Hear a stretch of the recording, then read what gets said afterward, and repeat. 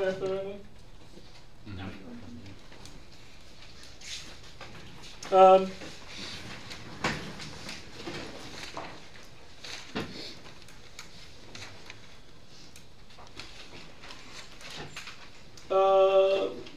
We talked yesterday about petroleum, 2 days ago about petroleum.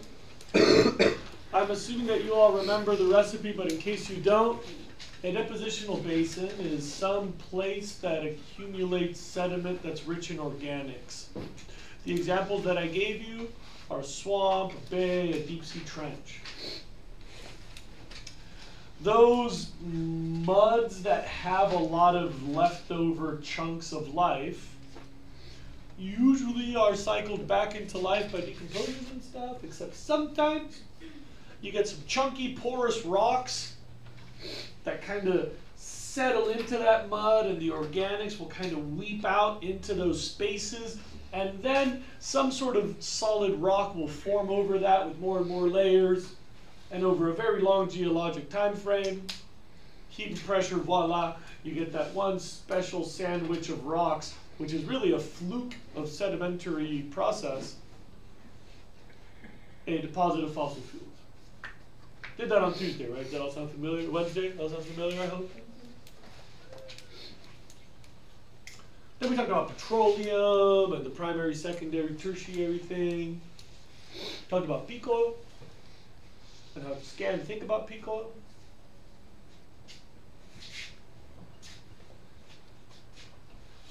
But I got to remind you of something I said at the beginning of the day on Wednesday that now comes into play. Those fossil fuel deposits will always have all the fossil fuels. They'll have some solid, they'll have some liquid, they'll have some gas. And we already talked about how to get the liquid out. Now today I want to talk about how we get the gas. My daughter changes my ringtone. I made a mistake once of like making it accept her thumbprint. Oh, no, that's on my iPad. Yeah, you said that before when you like took a road trip. She like changed it. So what now? When you took a road trip, she like changed it. She's addicted to it now. Like I'll wake up and she's changed all my alarms. She's dead. I can't believe I helped her sell those cookies. All right. Remember that they're all mixed. We already got the petroleum out. Now we're going to get the gas out. I want you to visualize this. When you pile up all those rocks, is the gas going to settle on the bottom? Y'all realize the gas rises, right? Especially the light gas, like methane. Natural gas is actually very light, so it will rapidly rise through all that petroleum. And if you have rocks like this, they'll all be like a upside down gas bubble meniscus. And you can force water through that to push out the petroleum, but you've still got gas there.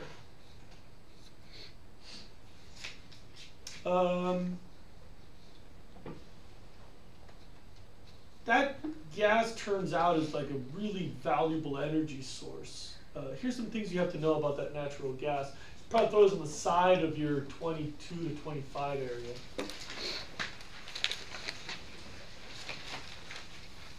You should know, first of all, that natural gas is a blend of gases.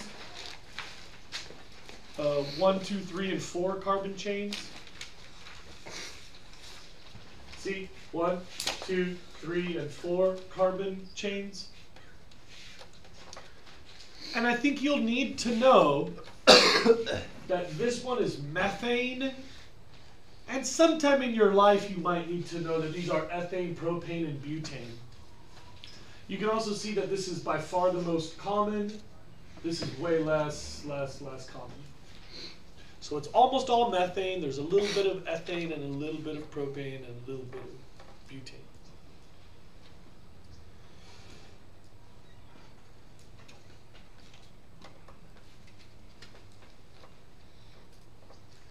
If you've been awake at all, you probably recognize those words: methane, ethane, propane, and butane. These end up in consumer products. When this stuff comes out of the ground, we squeeze it. So you know that by compressing gases, you make them into liquid.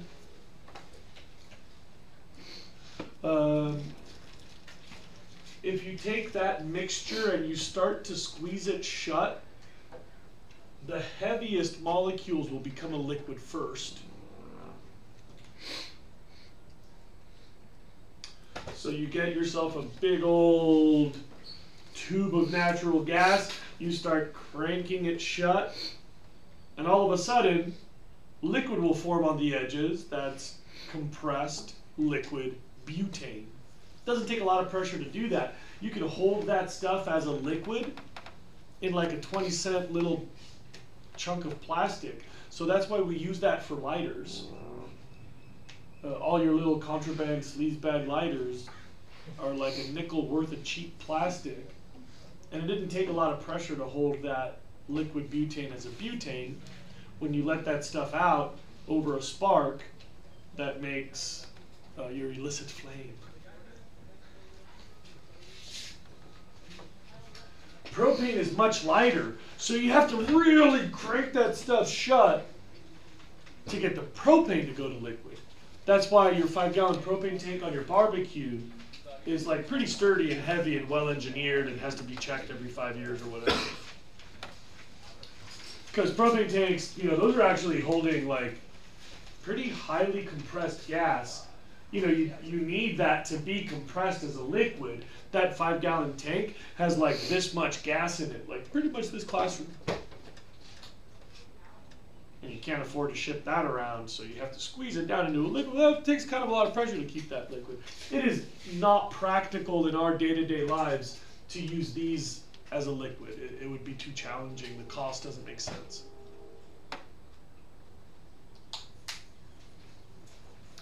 When you go home and you light your stove to fry an egg, that's a blend of all four. That's not separated usually. And we have to add a smell. You all know that smell that natural gas has? That's not the natural gas has. Natural gas is odorless. And that would be really dangerous because you would come home and not know that you have a gas leak. And you would go to smoke your cigarette and light up the whole neighborhood. So to prevent people from blowing themselves up, we add hydrogen sulfide, a smell that humans are really sensitive to, by the way. We're super sniffers for hydrogen sulfide because hydrogen sulfide is made from anaerobic decomposition, and the humans who ate the decomposing meat didn't have as many babies as the ones who avoided decomposing meat. So you are genetically predisposed to sniff hydrogen sulfide. It is a marker of rot. You might know that that smell of the natural gas is also the smell of a rotten egg. We're super sniffers for that, so that's why we add that in particular. Because we know that all humans are very, very sensitive to that smell.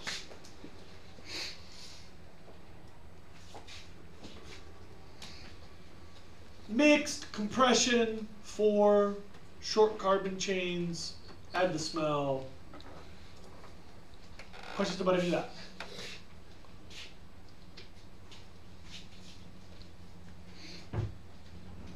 Next. Coal, gasoline, diesel. You have heard us whiny liberals say that those are dirty. And you ask an average American, yo, what's wrong with the gasoline? And they'll be like, I don't know, climate change and CO2. And that's true, but technically all carbon bonds are going to give off CO2. So how could this be cleaner than gasoline if they all give off CO2? There's other stuff stuck to gasoline. You have to know that. Yeah? Isn't it also that there's more carbon per molecule in gasoline? Actually, the carbon bond energy balance, the stoichiometry on both sides of the reaction You get a greater energy yield from burning these than those, technically. Because it takes a lot of energy to break some of these other bonds, and because oxidizing those other things uses up a lot of your heat you need. I had this conversation once. There.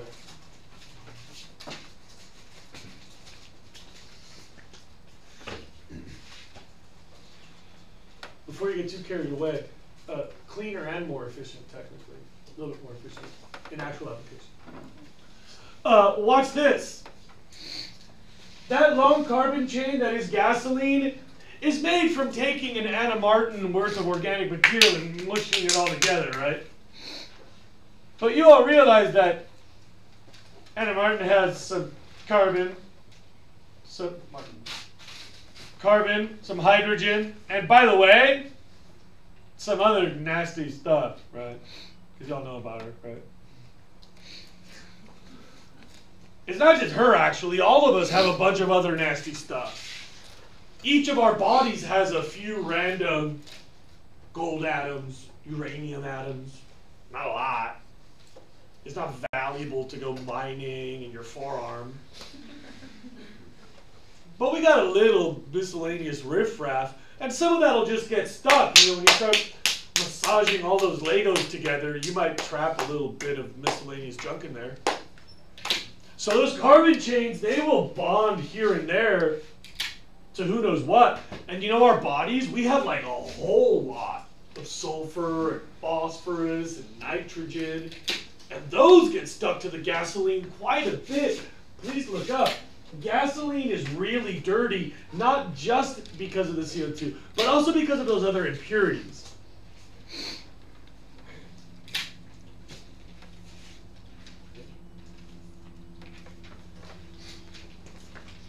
Can you please pass this back to a more?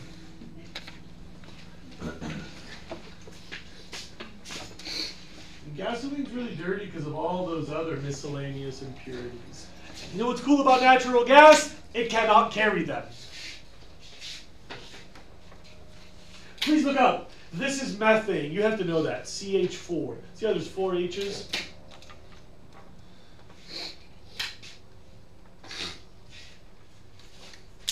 And carbon is a pretty sticky atom. Chemistry band-aid. It doesn't like having an empty bonding site. So please look up, if something happens to remove one of those hydrogens, that thing, you have to know this, it's called a methyl group. M-E-T-H-Y-L. Meth-Y-L. Methyl group.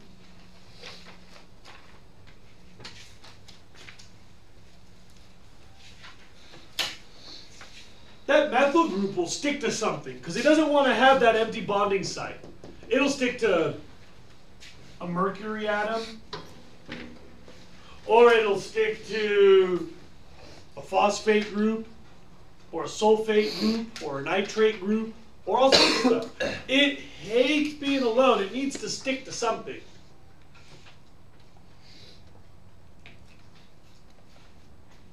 But here's something interesting. When it sticks to something, it becomes too heavy to be a gas.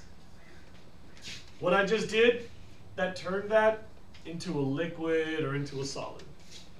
It went bloop, dropped out of the air.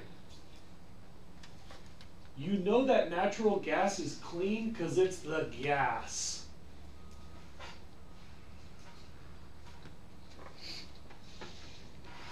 Any impurities that were chemically bonded to these carbon chains, that's a real possibility. They make bonds, but they just don't float anymore. They're not a gas anymore.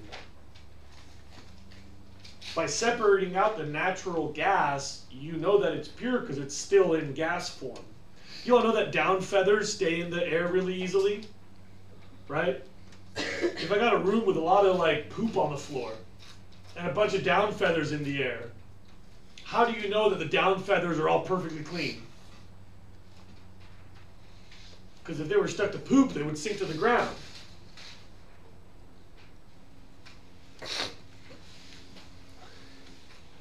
Good visual, right? We always went on a little journey together.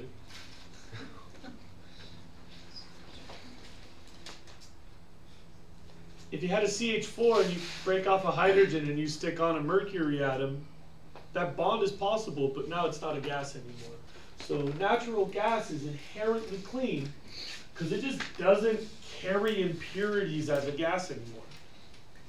When you find natural gas, it will be mixed and it will be clean because it can't hold on to impurities the same way that a liquid or a solid can.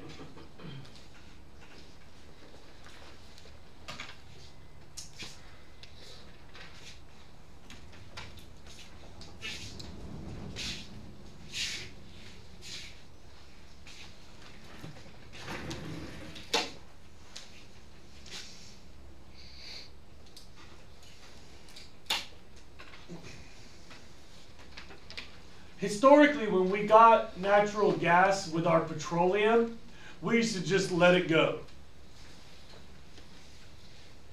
Because it's invisible and odorless, it's kind of complicated, you know, like the physics of grabbing one gas is pretty tough.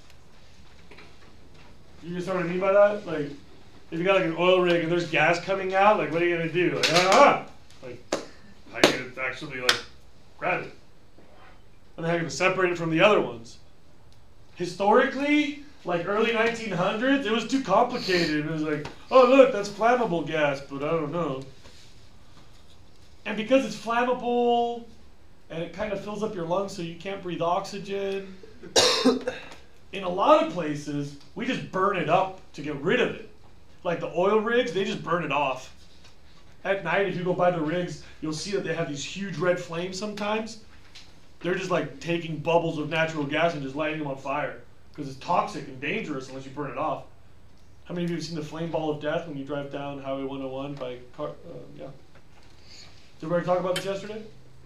Flame ball of death burns off the gas? Cool.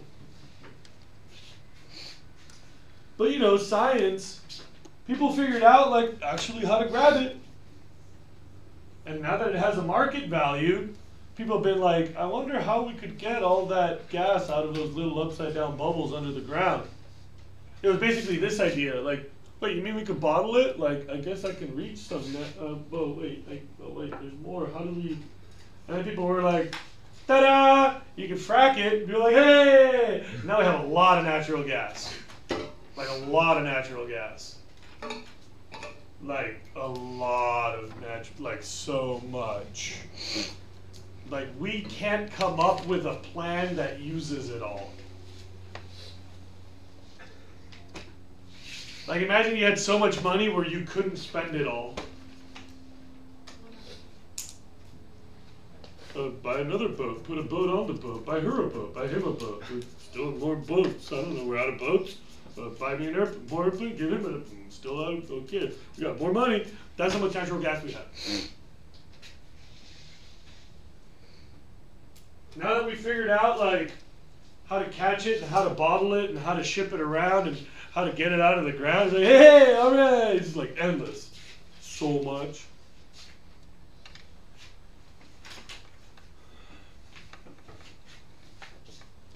The fastest $1 billion ever was made by a guy that started selling plumbing for getting natural gas out of the ground. He's like a pipe salesman, and somebody's like, hey, you got a lot of pipes? And the guy's like, yeah, I got a whole yard of pipes. He's like, no, we need a lot of pipes. He's like, okay, I can just start at the factory. They're like, no, like a lot of pipes. And he's like, okay, I'll make some calls. And that guy in 1 year made like, I don't even know, you could Google this, like $18 billion or whatever. It's the most money ever made in 1 year by one person. Like real hardcore currency. Like he didn't buy stocks that might have gone up or down in value. It was just like cha-ching, like cash, roughing that. In the U.S., it's fast growing because it's energy independent. It's in the U.S. and it's cleaner than the other ones. I mean, it's still climate change, but at least it's not smog and all the other ingredients because you know it just can't carry impurities. So yeah, it's the same CO2 for energy content, but at least it's not all the other nasty funk.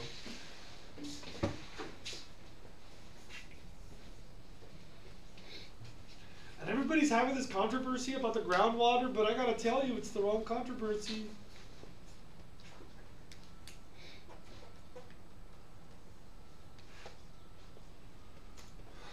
cool diagram. I will explain. This is number 22, and you will need these notes. It just struck me that, did we talk about all of this already?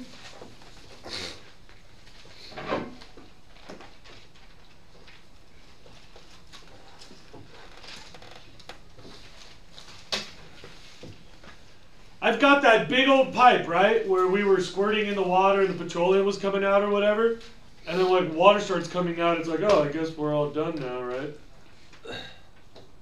So you get rid of the water plumbing and you get rid of like the petroleum plumbing, and he's got all these holes in the ground, and you're like, I wonder what we could do now. And someone figured this out, and it's a no-brainer. We're going to use a special soup, and I'll explain that soup in a minute, okay, because that's important later, but not right now. Put a piston in the pipe, use a big old tower to go click, click, click, click, click, click, click, click, click, click, click, click, click, pick up a weight, and then let it go. Clang. And then you go click, click, click, click, click, click, click, click, click, click, and you let it go. It goes clang. And you use the hydraulic pressure of that water to fracture the rocks under the ground. Hydrological fracturing is now called fracking.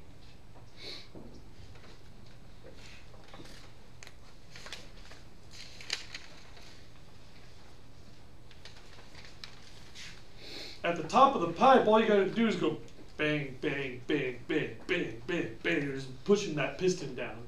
Every now and then you lift up the piston and you put in more fluid and then you put it back and you go bang, bang, bang, bang, bang, bang, bang.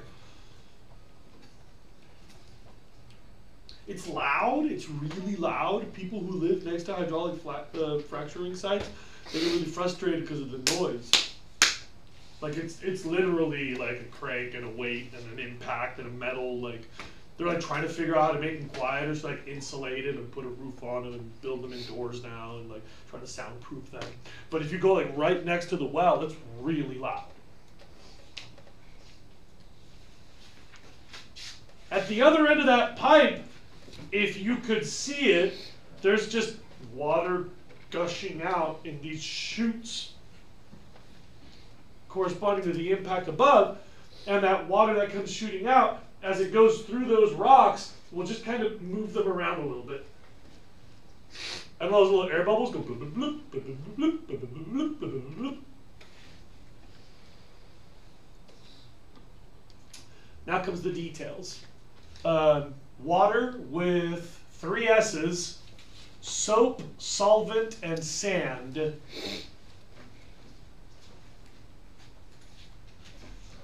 Soap to make all the bubbles really slippery.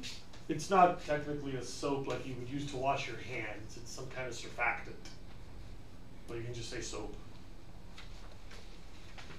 To make like the bubbles slippery. A solvent to make the bubbles really small, like fizzy. Like the stuff that comes out of the ground looks more like the head on beer than it does just like huge bubbles of air.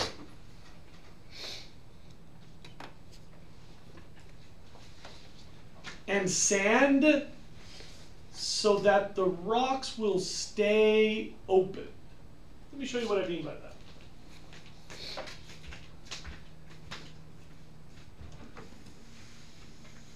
The idea here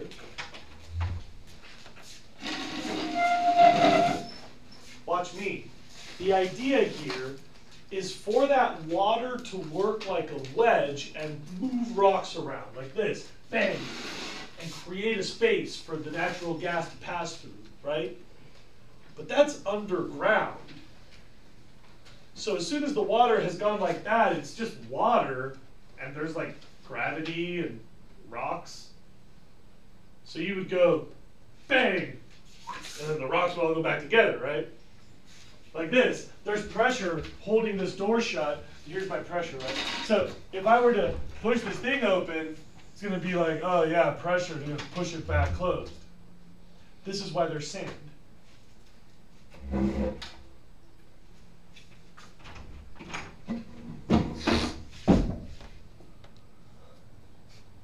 keep the rocks from closing. It's like a little wedge that you shot down there with the water. So when the water shoots between the rocks, you just stuff little pieces of sand in between those rocks to keep them wedged open and keep the stuff moving.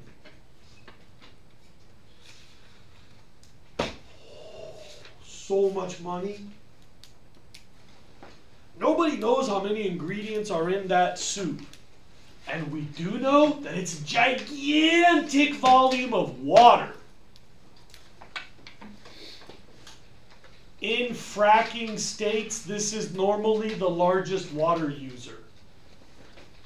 So today, like Oklahoma, South Dakota, North Dakota, Pennsylvania, I don't remember all of them. I don't know which states it was in 2017. But if you go to the states that are really like making a lot of money from fracking, that's the #1 water use. And check this out.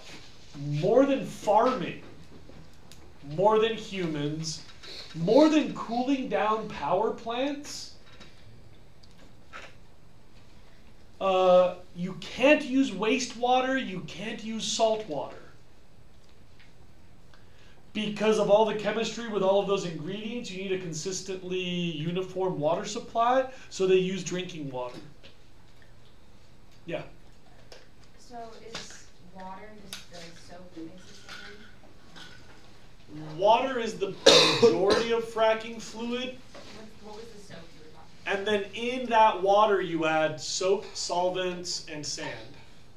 Technically you add 30 to 50 to 200 secret ingredients. And those are secrets. Because I'm not going to give you the magic formula to get the stuff out. I just spent $1 million of a bunch of nerds trying to figure out what's the perfect mix to get our stuff out of the ground. I'm not going to sell you that recipe for free. So we don't even know what those liquids are. They're just fracking fluid, and it's a mystery, and nobody really knows. Please look up. You're going to need, sure, the tower, but you're going to need surface water, bottled stuff. You're going to need a whole bunch of plumbing and pipes. You're going to need like trucks and stuff.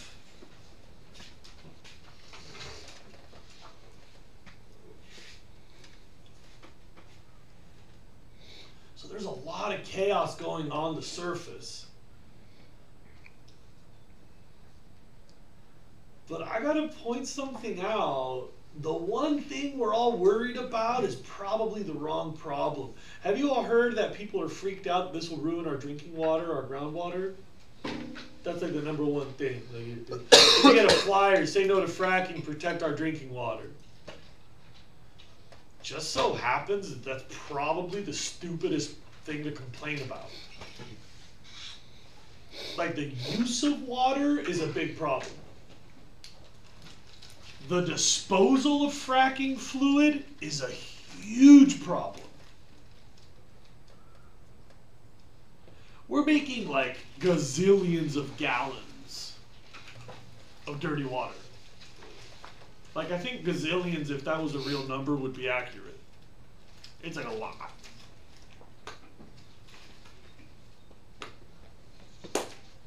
But here's a fun fact, groundwater is not that deep. Like anywhere you are on land, there's groundwater somewhere underneath you. But groundwater is never deeper than sea level. So here we're at 16 feet above sea level. There's groundwater between us and the ocean. Groundwater is usually pretty shallow, usually. Unless you're on a weird mountain or something, groundwater is really shallow. Fossil fuel deposits are really, really deep. So in that diagram, you can't really see it. But look, water table is up there. Then you gotta go like rock, rock, rock, rock, rock, rock, rock, rock, rock, rock, rock, rock, rock. And then there's gonna be some natural gas down below you. You know something funny? That's waterproof. Like groundwater can't get into the natural gas. You know how I can tell? Because there's still natural gas there. If water could get down, the natural gas would come out and be where the water is. You understand what I mean by that? Right? Like, you've got like a hard capstone. If the natural gas could exit, it would have switched places with the groundwater. Because gravity and gases are lighter than liquids. And so everybody's worried about the groundwater thing, but I just, that's not the real problem. There are problems. We'll get to that. I promise we'll get to that.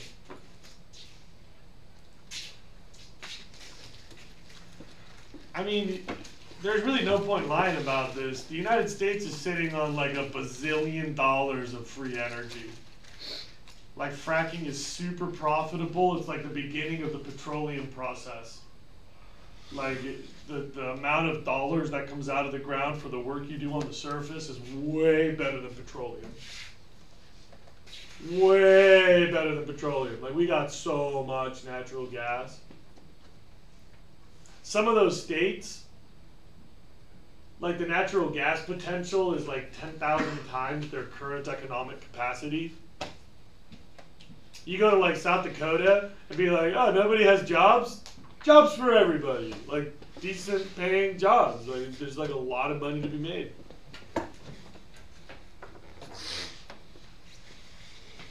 And it's not just the US, by the way.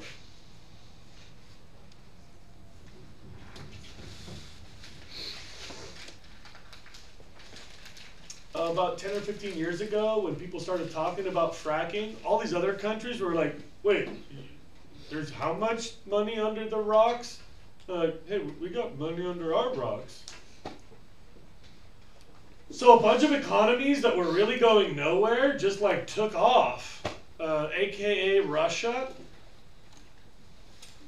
which you all know is kind of like a big deal in geopolitical affairs these days. Russia just became one of the world's largest energy exporters. They're like, they just went from being like poor to being like Saudi Arabia in like 10 or 15 years. That's where the guy lived that made all the money selling the pipes. In Australia, they're like, wait, we don't have to import petroleum anymore? Like, Australia is a friggin' island, right? Like, they had to get all their stuff from God knows where. It's kind of a long way across that Indian Ocean from the Persian Gulf to Australia. I'm like, wait, we can just use the natural gas, which is coincidentally right next to where all the humans live? Look at Argentina. Argentina's had all this debt. It is the brokest country. Argentina, where I'm from, is the most indebted country. They owe everybody money. They're like, how am I going to pay all these debts? Imagine you got like all these credit cards that are all threatening to go to collection on you. They're just like, oh, you mean I just have to look underneath the rock? And they're just like, hey, a lot of money, all right. Argentina just went totally nuts and started drilling the crazy fracking.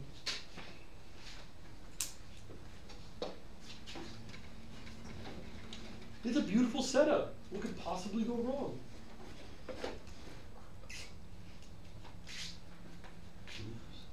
If you go to the after school movie next week, you'll see that things can go wrong. This is not a stunt and it's not a joke, and you can like YouTube videos of people doing this all over the place. And that does kind of suck because tap water is not supposed to be flammable. It's a pretty bad sign if your tap water is flammable, because that means that there's hydrocarbons in your tap water, which probably means it's not good for drinking anymore. And like, that's pretty funny, but like, sick kids is not funny.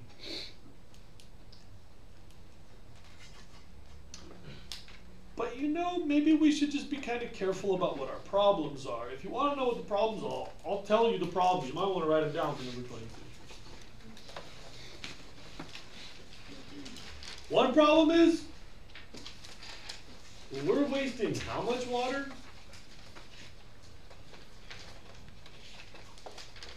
There is tremendous consumption of fresh water for fracking. The numbers are staggering.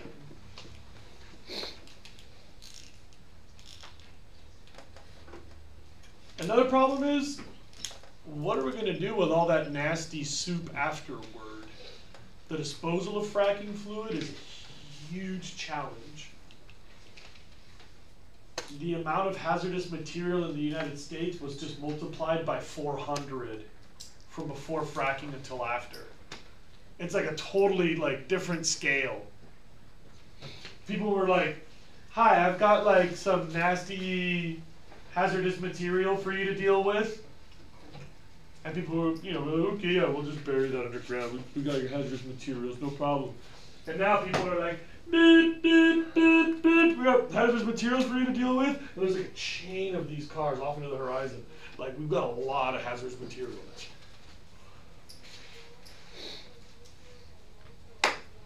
In case you're curious, we're like injecting it down beneath the Earth's crust and trying to like get it like way down there. Deep well injection. By the way, that's what makes the earthquakes. Fracking doesn't cause earthquakes. But disposing of fracking fluid lubricates rocks underground. It makes it easier for them to release tectonic energy. Just a little detail. This is all, that's kind of like, that's pretty fringy science. So yeah, the disposing of the fluid might be contributing to earthquakes. Coincidentally, a whole bunch of small earthquakes is better than a few big ones. So that might even be a good idea, but yeah, positive. Here's another problem. Remember all that plumbing I showed you on the ground? Plumbing leaks. And that's probably what happened to this lady's tap water. I don't think it went this way to her tap water. I think it just went this way to her tap water. Right? Surface leaks. You don't have to do the whole like fracking and seeping through the ground. Like, it doesn't make any sense. Like, gravity and gases would have already switched. Like, it's not permeable. It's different. So it doesn't do this one to groundwater. It just goes. Some idiot like backed up into the pipe and was like, "Oh dang!" Like, had to go fix that, and then that all like soaked into the ground. Or like somebody forgot to tighten the whatchamajiggy and it like dripped into the ground. Or like the rusty thing broke and like that went into the ground. So there is a hazard of what we call surface contamination. Not from doing the fracking, but from the fracking plumbing. The industry of fracking. Surface contamination is a real threat. And the last problem is, with all these liquids being secret, like I don't know, I'm just kind of nervous. Like, what actually is this lady's kid drinking? You know what's crazy? There's like cancer clusters in neighborhoods that have fracking going on, and people can't prove that they're connected. But you can't follow the magic ingredients because you don't know what the secret ingredient is. So you don't know what to test for to prove that it's caused by the fracking. But if you put it on a map, they're all right around where the fracking is.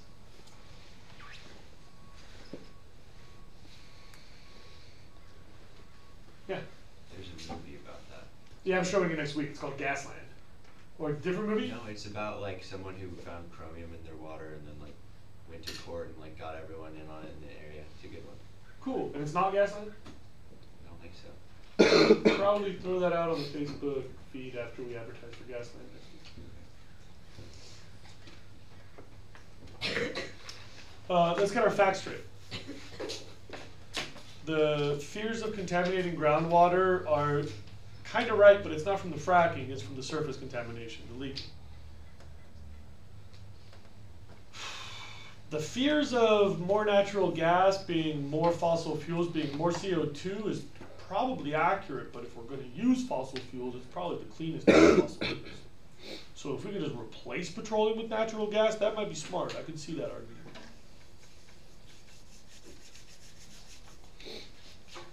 For one thing, it's US jobs and not jobs in another country where people have weird hats or whatever.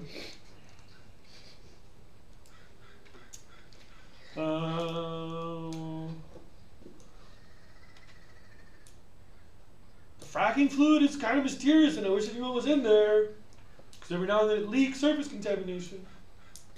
Doesn't cause earthquakes. The disposal might, but the fracking doesn't.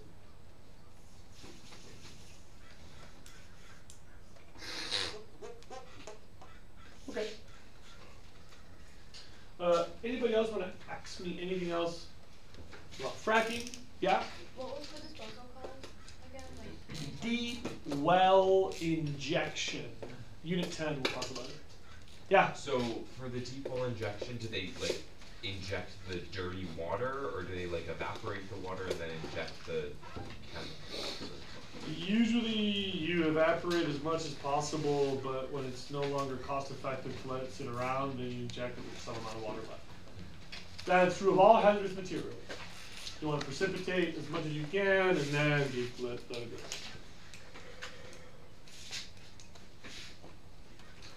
You're all packing up. Don't I have a few minutes? Okay, 7 more? I'll do one more study goal. Number 23.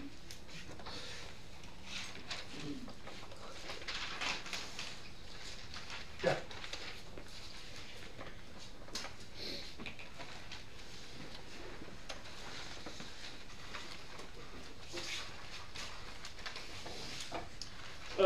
Your book kind of had this information. I'm assuming that it's not too confusing. I got a diagram coming up, so hurry up if you're going to write stuff. All those fossil fuels are mixed together. Remember, like I said, back in the day, we used to just get rid of the natural gas because how are you going to catch gas? I'm not smart enough for that. But now that smart people are on the job, they figured out how to catch it, and so like, hey, maybe we should sell that instead of letting it go. And it's not exactly rocket science because coal is pretty soft and we're already going to dig it up anyhow. Plus now we know about fracking. So it's like the simplest kind of natural gas to get. You just push water through the coal and it's kind of slippery and flat and smooth, and so all the natural gas comes out. It's easy to get. But you've just washed all of your coal with water, and so it makes really, really, really dirty water. Like really, really, really dirty water. So, simple, we have a lot, really nasty. Here's how it works. Go to where the coal is, you make a hole, you inject the water, the gas comes out, and then the water comes out. You gotta get rid of that water, you can't leave it in the ground because you're gonna do the coal next. And the water is the nasty problem. You have like coal slurry. And so in this case, the water is usually too nasty, and so coal bed methane, US has a lot, it's doable, and it's so dirty that most of the time we don't.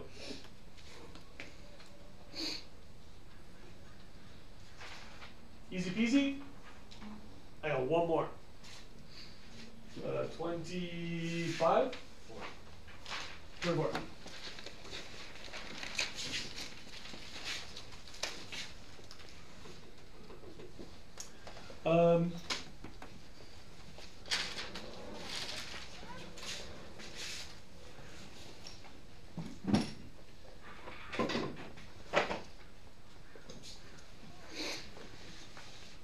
Any smart guy want to tell me what this molecule is?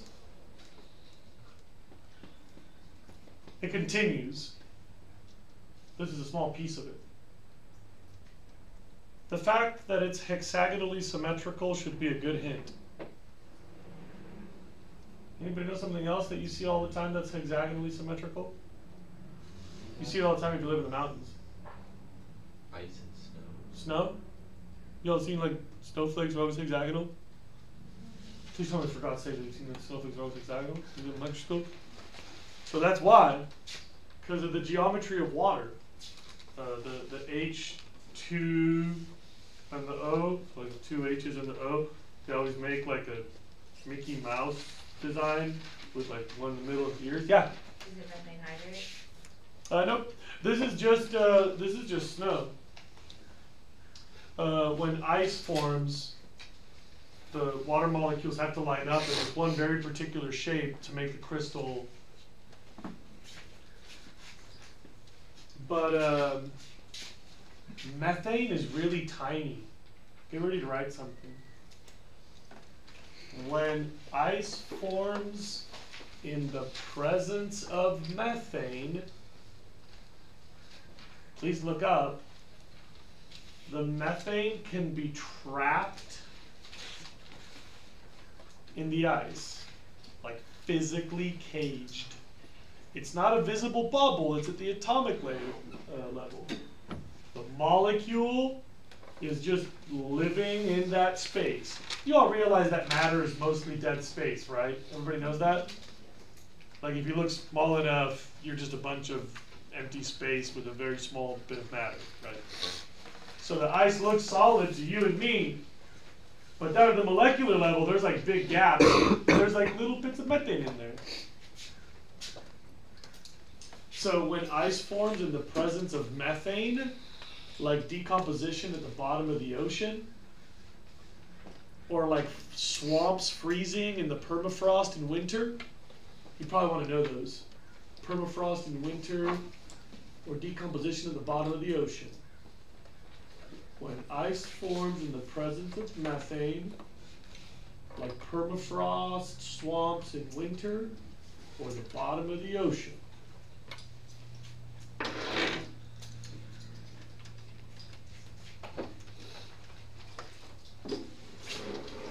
You get that? Little tiny itty bitty methanes trapped in ice crystals, and you can light snowballs on fire. I'm not kidding, like snowball fight with explosions. Yes, you can. Like really, it's just snow. Like it looks like regular old snow, except it lights on fire. That is not a trick. You could see this snow, you could touch this snow, and you wouldn't even know. I fed it to my daughter, and she couldn't tell.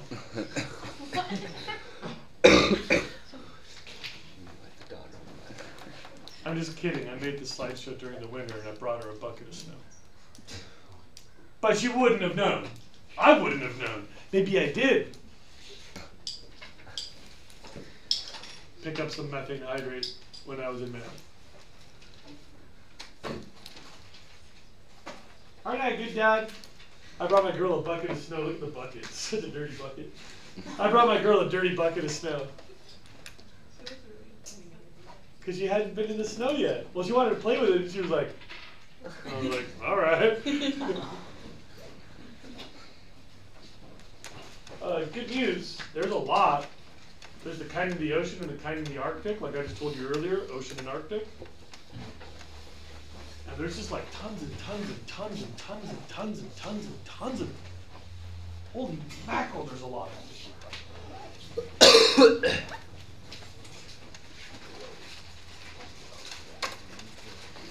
Can you all remind me where we were? Because I can't get to the punchline in the last minute. Somebody write this down. In number 20, whatever, what was that? I'm gonna stop. On number 24, somebody write world map.